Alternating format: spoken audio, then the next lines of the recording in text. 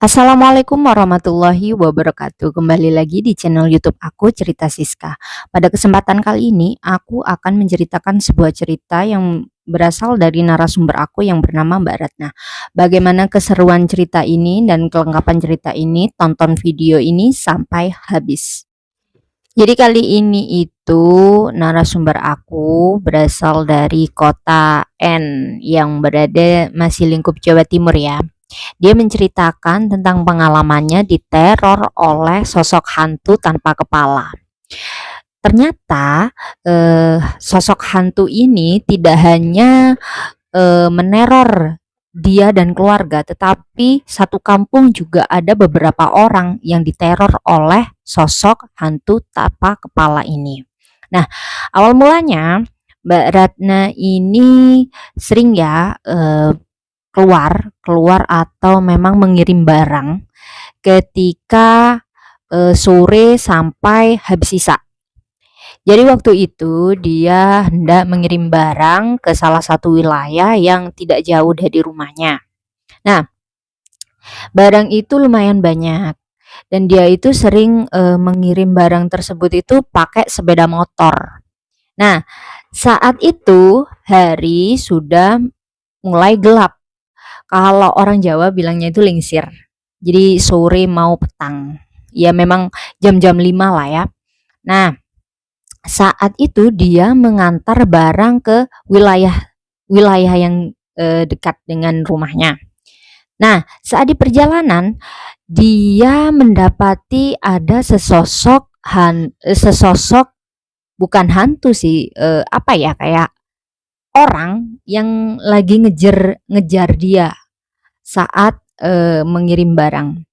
Nah, karena dirasa dikejar oleh seseorang, waktu itu dia naik sepeda kan pelan-pelan ya, karena memang jalanan kampung. Dia berhenti dan menoleh ke belakang. Tetapi saat melihat di belakang, itu dia tidak melihat apapun yang berada di belakangnya.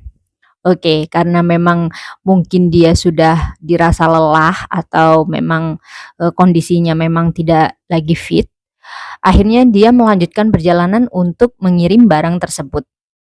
Nah, di saat di tengah jalan, Mbak Ratna ini kan mengirim barang ini nggak lewat jalan raya, tapi lewat jalan kampung yang tembus-tembus kayak gitu kan. Nah, saat itu jalanan ketika mengirim barang tersebut itu harus melewati satu kuburan yang sangat panjang sekali. Nah, waktu insiden mengerikan itu terjadi ketika Mbak Ratna sampai di tengah kuburan. Memang ya kalau suasana jalanan di tengah kuburan pasti sepi. Pastilah ya, apalagi udah senjakala atau udah sore, malam kayak gitu. Akhirnya saat di sana, Mbak Ratna merasa seperti ada yang sedang duduk di belakang motornya. Mungkin dia rasa barangnya terlalu berat saat dia bawa saat itu. Namun saat dirasa menaiki sepeda lebih jauh lagi, beban yang dia bawa itu semakin tidak masuk akal. Karena dirasa beban yang dibawa itu nggak masuk akal ya, saking beratnya itu sampai jengat gitu loh. Katanya nggak tahu lagi. Sepeda motor yang dia bawa itu kayak naik yang di depan itu naik gitu loh. Kalau orang sini tuh ngaraninnya jengat. Opo ya basa Jawane jengat. Yang jengat gitu ya. Terus Mbak Ratnya itu kaget, loh ini kenapa kok bebannya berat banget di belakang gitu kan. Akhirnya dia berhenti di tengah kuburan waktu sore hari menjelang malam, pas waktu mau maghrib gitu.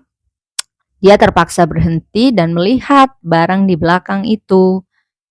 Dia lihat kayaknya normal aja deh, karena yang dibawa itu cuma itu sih, apa namanya, itu loh anunya, sandal itu loh, karet sandal itu loh. Nah, saat dia lihat tidak ada masalah, dia lanjut terus mengendarai sepeda motornya kembali. Namun, saat dikendarai, beban itu masih terasa berat. Akhirnya Mbak Ratna merasa kayak tidak ada yang ini, tidak ada yang aneh juga kan ya. Dia mikir, oh mungkin aku tadi masuk ke lewat kuburan nggak salam dulu, akhirnya diganggu deh sama penghuni di sana atau bagaimana gitu kan. Akhirnya dia amit nyun sewu kayak gitu. Amit nyun sewu, terus jangan ganggu aku dong, aku ini sedang kerja, aku harus lewat sini karena di sini tuh satu-satunya jalan untuk menuju tempat yang tempat menurunkan barang yang dia bawa, itu kan. Tiba-tiba sepedanya bisa dikendarai, jadi nggak berat kayak gitu. Ya udahlah ya, berarti memang oh ya mungkin aku tidak amit nyun sewu lewat lewat kuburan waktu malam-malam, apalagi udah waktu menjelang maghrib gitu kan. Akhirnya dia naik sepeda motor, digaslah motornya itu, sampailah di tempat dan dia menurunkan barang yang dia bawa. Nah, saat kembali dia itu ngerasa kayak beban pundaknya ini sangat berat. Dia rasa itu kayak beratnya itu berat-berat apa ya? Berat-berat kayak ada yang duduk gitu loh di bahunya. Ya, dia bilang ke si bos atau si juragan ngono kan ya. Juragan, "Bos, ini aku kayaknya nggak bisa saya lama-lama di sini, jadi barang aku bawa aja ke rumah seperti biasanya aku kerjakan di rumah," gitu kan. Si bos, "Oh ya nggak apa-apa silakan bawa aja," gitu, "ini ada masih beberapa tumpuk," gitu. Akhirnya dibawa sama Mbak Ratna ini. Akhirnya dibawa, dia pulang bawa barang itu. Bawa barang itu sampai di kuburan lagi, jengat lagi itu sepedanya, jengat sepedanya. Kaget kan dia, waduh kayaknya tadi udah bilang salam kok masih diganggu aja gitu kan. Apalagi kondisi pundaknya itu udah berat banget. Akhirnya dia telepon suaminya yang ada di rumah. "Mas, tolong jemput aku dong, aku sekarang ini ada di kuburan. Kayaknya aku lagi nggak enak badan, ini pundakku nggak enak, terasa berat. Terus ini barang bawaan ini juga nggak bisa, nggak tahu nggak maksimal gitu loh dibawa sama dia waktu itu." Akhirnya dia dijemput oleh sang suami dan sang suami pun langsung membantu Mbak Ratna membawa barang itu. Nah, saat itu kejadiannya juga aneh, karena sebagian barang kan udah dibawa suaminya, udah dibawa sepeda motor ya sama suaminya, dibawa dulu. Baratnya masih ada di belakang, dia menata menata itu apa namanya barang-barang yang masih ada di apa sih namanya itu ya? Ya box-box barang gitu kan yang ada di sepeda motornya itu. Akhirnya waktu dikendarai sepedanya itu masih berat, kayak ada beban gede gitu loh ada di belakang sepeda sepeda motornya. Karena dirasa aneh, akhirnya Mbak Ratna nelpon nih ke suaminya lagi, "Mas, ini aku nggak bisa nih bawa barang, kenapa ya?" Itulah. Ya suami juga di sana juga kaget karena memang barang udah udah banyak, bukan setengah lagi, udah banyak yang dia bawa agar si Ratna ini ketika membawa barang itu lebih nyaman dan lebih bisa leluasa membawa sepeda. Ternyata enggak, beban beban berat itu masih ada. Lah aneh kan Ratna saat itu, apalagi hari udah malam dan dia itu udah ketakutan banget, lampu di kuburan juga udah redup kayak gitu kan. Dia sih kalau takut setan enggak, cuma takut ada begal gitu kan. Rumahnya kan ada di masih pelosok desa gitu kan.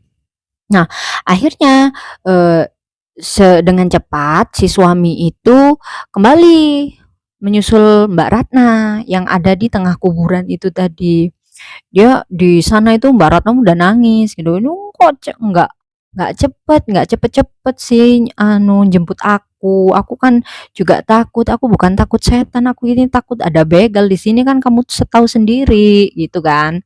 Si suami, "Oh ya udah deh, ini aja, eee, udah barang aku bawa semua," gitu. "Kamu bawa sepeda motor aja."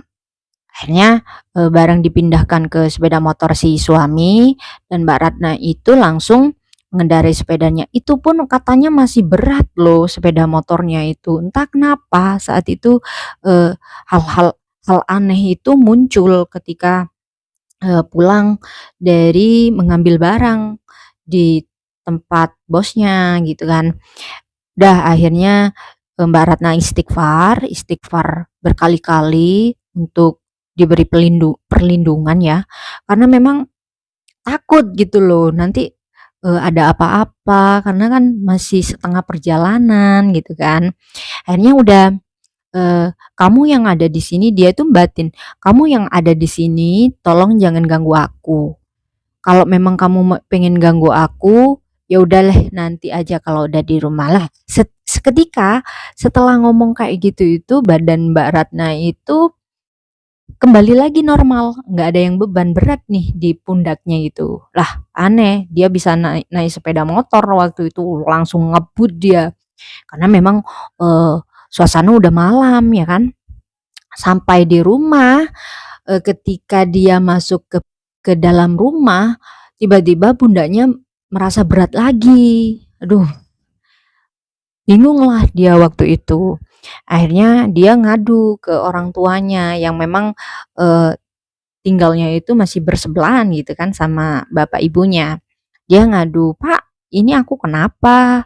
Kok, apa ya, pundak aku tiba-tiba berat lagi." Dia menceritakan kejadian waktu dia ngirim barang ke wilayah itu gitu kan. Akhirnya, eee, apa, Mbak Ratna ini dibawa ke orang pintar di desanya dan orang tuanya juga takut dong karena memang Mbak Ratna ini nggak pernah kayak sawanen gitu loh dari kecil, itu katanya. Jadi bapak ibunya itu membawa Mbak Ratna ke orang pintar biar diberi omben-omben katanya gitu, biar yang mencelok di tubuhnya itu ngalih, hilang, pergi. Tetapi malah semakin memburuk keadaannya. Malah keadaannya ini malah nggak semakin membaik, Mbak Ratna itu semakin menjadi-jadi. Jadi tuh dia setelah dibawa ke orang pintar, terus diberi minuman lah ya, minuman apa nggak tahu. Pokoknya, biar disowo, eee, ya itu pokoknya namanya disowo gitu kan. Disowo, dikasih minuman agar dia enggak diganggu lagi oleh sosok tak kasat mata ini yang nggak tahu siapa dia, akhirnya, diminum diminum terus pulang. Waktu itu beberapa jam itu masih membaik keadaannya, tetapi ketika sudah sampai di rumah, keadaan malah makin parah. Mbak Ratna ini tiba-tiba demam, demam sampai tengah malam itu nggak turun-turun. Akhirnya dipanggillah bidan karena memang Mbak Ratna udah kayak mau meninggal, sorry, orang mau meninggal gitu kan. Udah kayak dadanya itu udah nggak ngerasa apa ya, si ibu dan si bapak ini bingung juga, "Gimana nih Ratna kenapa nih kok kayak gini?" Karena si orang pintar itu juga nggak ngasih tahu kalau, ada sosok yang sedang mengganggu atau bagaimana, katanya juga normal-normal aja gitu kan. Akhirnya karena, dirasa suasananya udah nggak beres ya, si si bapak dan ibu ini memanggil seorang ustad yang, ahli ruqyah gitu. Ahli ahli ruqyah dan juga tahu, kenapa nanti Mbak Ratna ini. Akhirnya datanglah si Pak Ustad dan dibacakan ya kalimat-kalimat doa gitu dan ternyata beneran Pak Ustadz ini tahu kenapa Mbak Ratna sampai jatuh sakit seperti itu. Nah, saat dibacakan surat Yasin dan surat ayat kursi, si Mbak Ratna ini tiba-tiba berdiri dan badannya itu menggigil, seluruh badan itu menggigil, dan pandangannya itu udah enggak seperti manusia, tetapi tatapan yang kosong. Jadi tatapan Mbak Ratna ini sudah kosong. Dan Pak Ustadz ini tidak memutuskan apa ya, bacaan doa itu. Dia tetap membaca doa dan fokus kepada Mbak Ratna agar bisa sembuh. Orang yang melihatnya, keluarga juga udah takut kan, Mbak Ratna ini kenapa kok kayak gini gitu kan. Wah, pasti pasti dia udah kerasukan. Semua udah bilang kalau Mbak Ratna ini kerasukan gitu kan. Akhirnya si suami ini udah nangis, sudah bingung kayak gitu kan. Ini kenapa Ratna kok kayak gini? Akhirnya si Pak Ustadz ini berbicara sama sosok yang sedang mengikuti Mbak Ratna ini. Kamu jangan mengganggu manusia ini. Dia tidak salah apa-apa dan ini bukan raga kamu. Kamu nggak boleh masuk ke raga dia, gitu katanya. Akhirnya si sosok ini yang merasuki Mbak Ratna ini bilang, aku sebenarnya sedang mencari kepala aku yang hilang. Itu Pak Ustadz juga kaget, heh, kepala. Emang di sini pernah terjadi kecelakaan atau gimana gitu kan?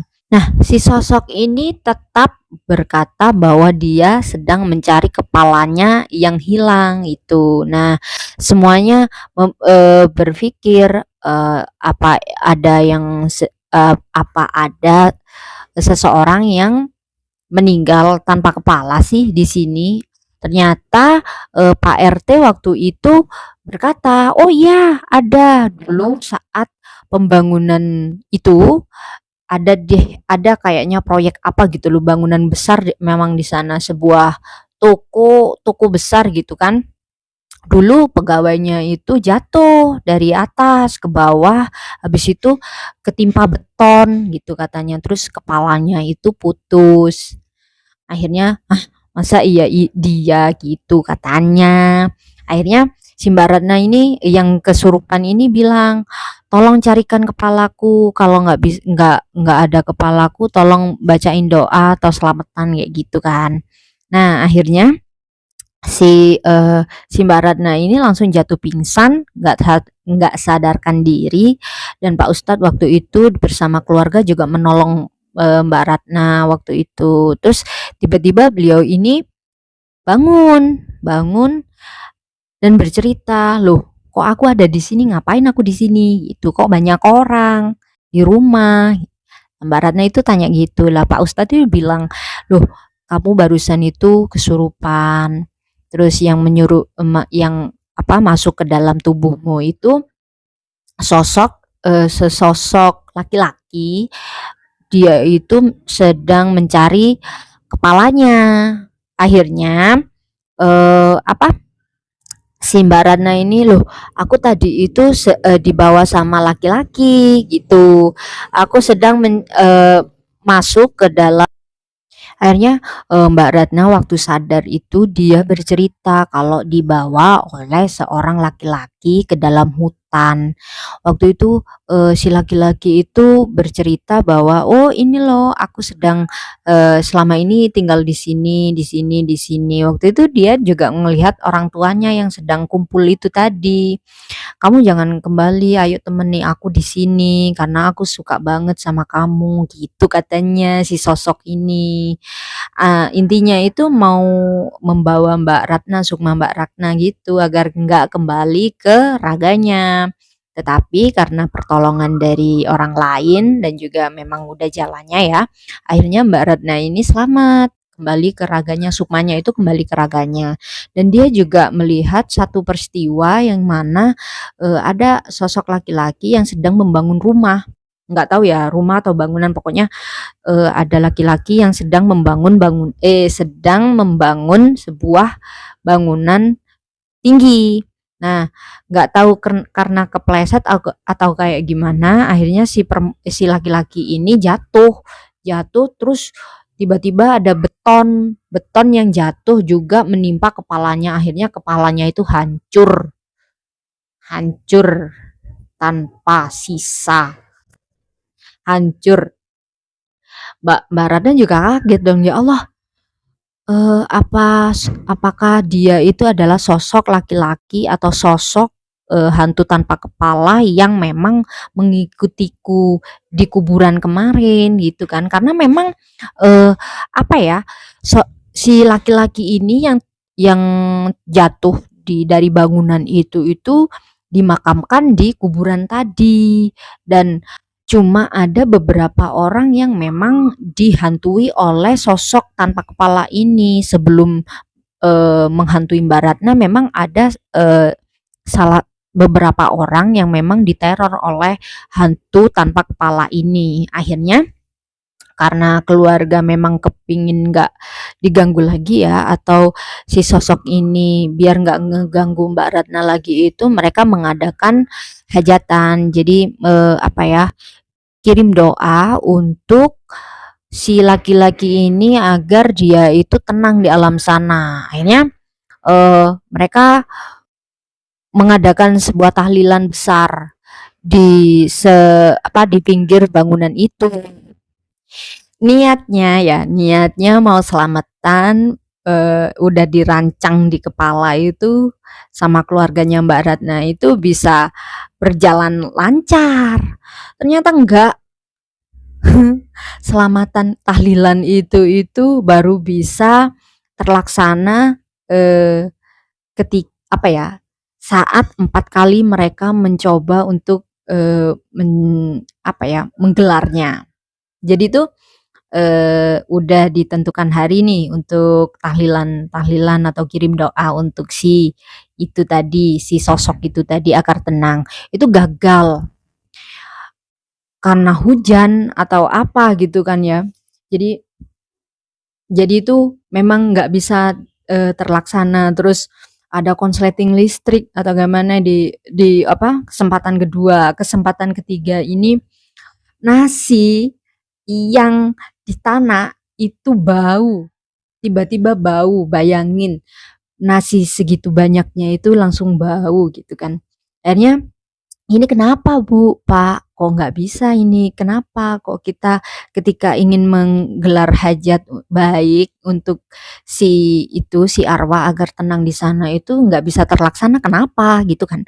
Akhirnya si bapak ini bilang, "Oh, mungkin ada tata cara kita keliru saat ingin menggelar ini." Kan biasanya kalau orang-orang itu ketika ingin melakukan hajat yang besar atau hajat untuk kirim doa, itu pasti kan mencari hari. Apa, mungkin saat itu memang Mbak Ratna nggak mencari hari baik, karena memang baginya itu semua itu hari baik gitu kan. Tapi ternyata kalau kita nggak tidak menggunakan adat yang ada di desa itu pasti ada pamalinya. Nah, akhirnya itu kalau dirasa-rasa memang sulit untuk melakukan tahlilan, ya udahlah kita tanya aja ke orang pintar agar bisa mencarikan hari agar bisa terlaksana tahlilan atau kirim doanya itu. Dan kemudian tanyalah ke Pak Ustadz yang kemarin itu menolong Mbak Ratna saat kesurupan. Akhirnya orang tuanya itu bicara kepada Pak Ustadz. Pak Ustadznya ini dia itu bercerita, "Pak, sebenarnya ini udah ketiga kalinya, ya ketiga kalinya kita itu mengadakan acara tahlilan tapi konslet, tapi tidak terlaksana," gitu kan.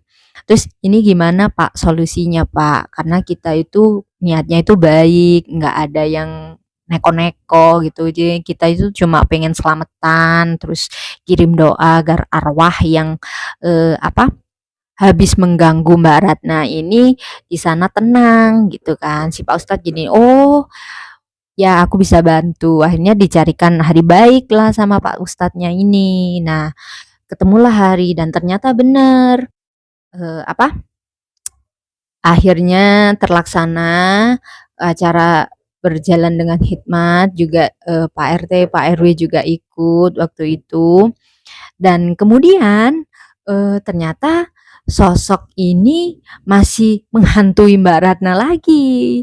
Waduh, ini gimana? Orang tuanya juga bingung, "Waduh, ini gimana?" Gitu kan. Udah dikirimin doa, udah diselamatin agar arwahnya tenang, ternyata belum tenang.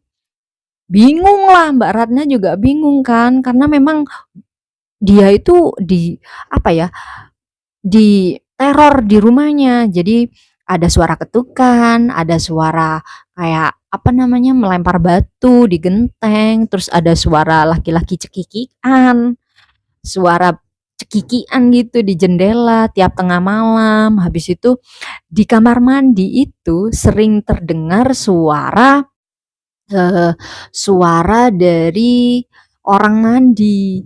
Kan takut ya, akhirnya, "Bu, Pak, ini kenapa kok masih mengganggu kita?" Gitu kan.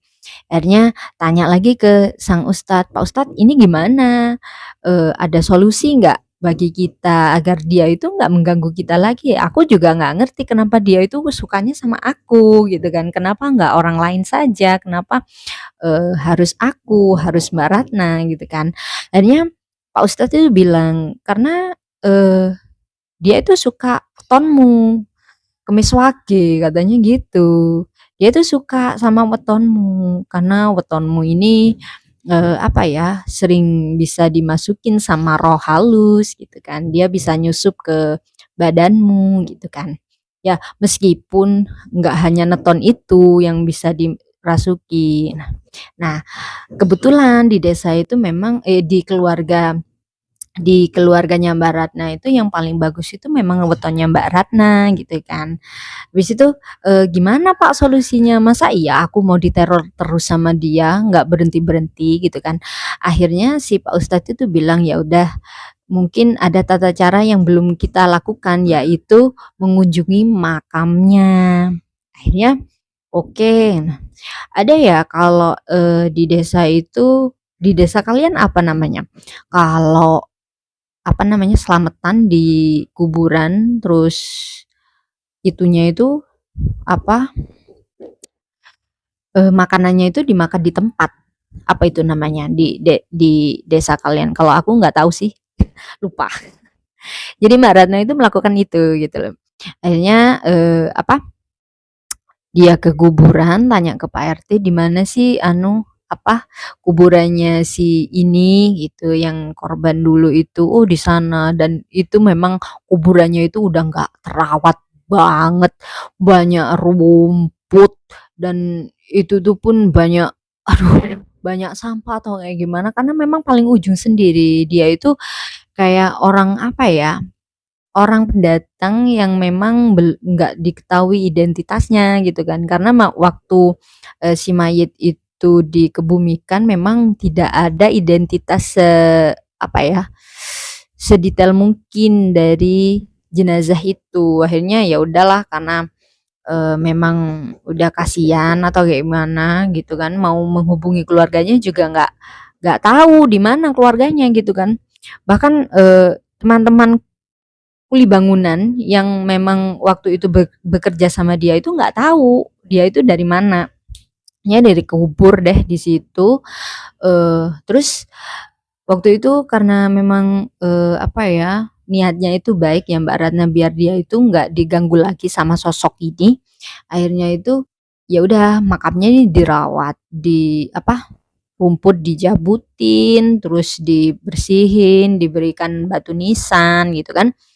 Akhirnya, Pak Ustadz ini mimpin doa di kuburannya itu, mimpin doa, terus tiba-tiba kan Mbak Ratna itu kan duduk di paling belakang sendiri ya.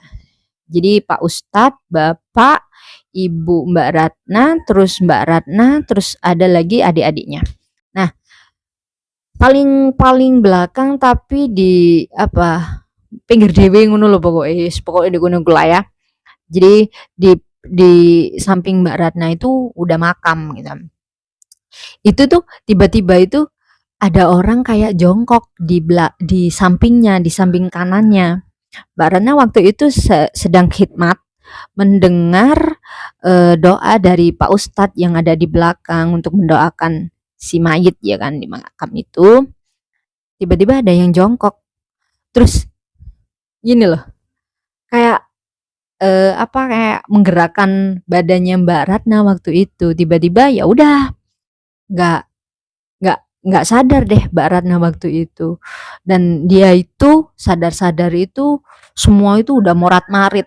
Jadi udah kayak apa ya, bawaan yang dia bawa tadi itu udah berceceran di mana-mana. Si ibu udah nangis, terus bapak itu juga bingung kayak gitu. Si Pak Ustadz itu juga bingung menenangkan si ibu ini yang udah pingsan. Nah, ternyata saat ditanyain, eh, apa namanya, dia itu pengen banget gitu loh bertemu keluarganya.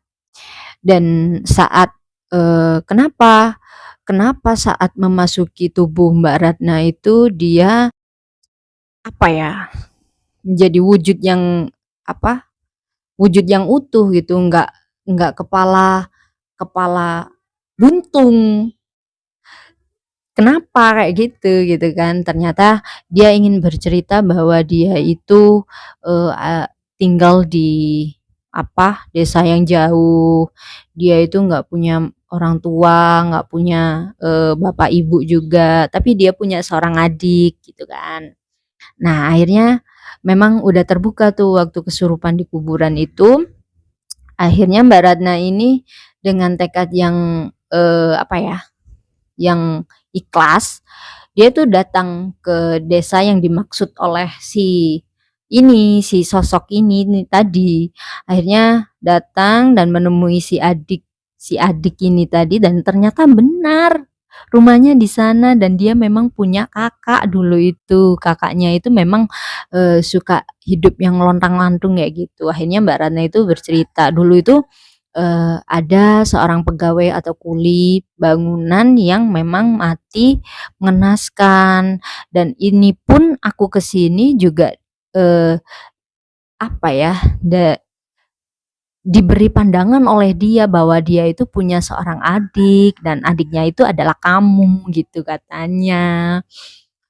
Kaget dong, adiknya nangis dong. Aku selama ini memang mencari kakakku kemana juga nggak ngerti. Nah, ya udah akhirnya karena memang ingin mempersingkat waktu dan biar segera tenang juga arwah kakaknya itu, akhirnya si adik ini dengan ikhlas merelakan sang kakak pergi dan kemudian Mbak Ratna setelah itu tidak terusik lagi oleh sosok teror kepala buntung ini.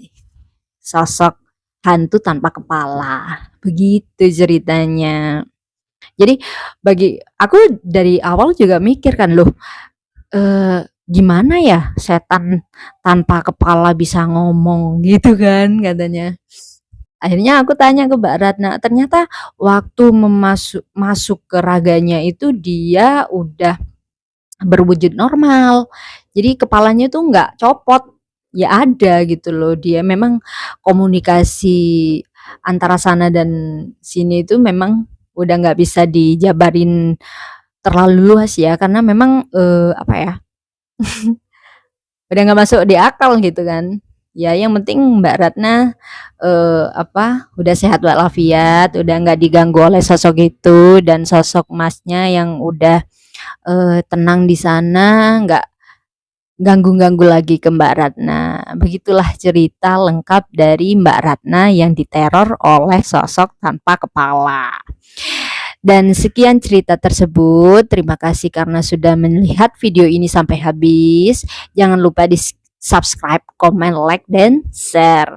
Nah, bagi kalian yang ingin sekali menceritakan cerita atau pengalaman horor kalian, bisa kalian DM melalui aplikasi X @siskanoviw, atau kalian bisa kirim cerita kalian ke email aku berkasiska10@gmail.com, atau kalian bisa chat langsung ke nomor WhatsApp aku di 0819 3667 2448. Terima kasih. Sekian cerita ini. Assalamualaikum warahmatullahi wabarakatuh.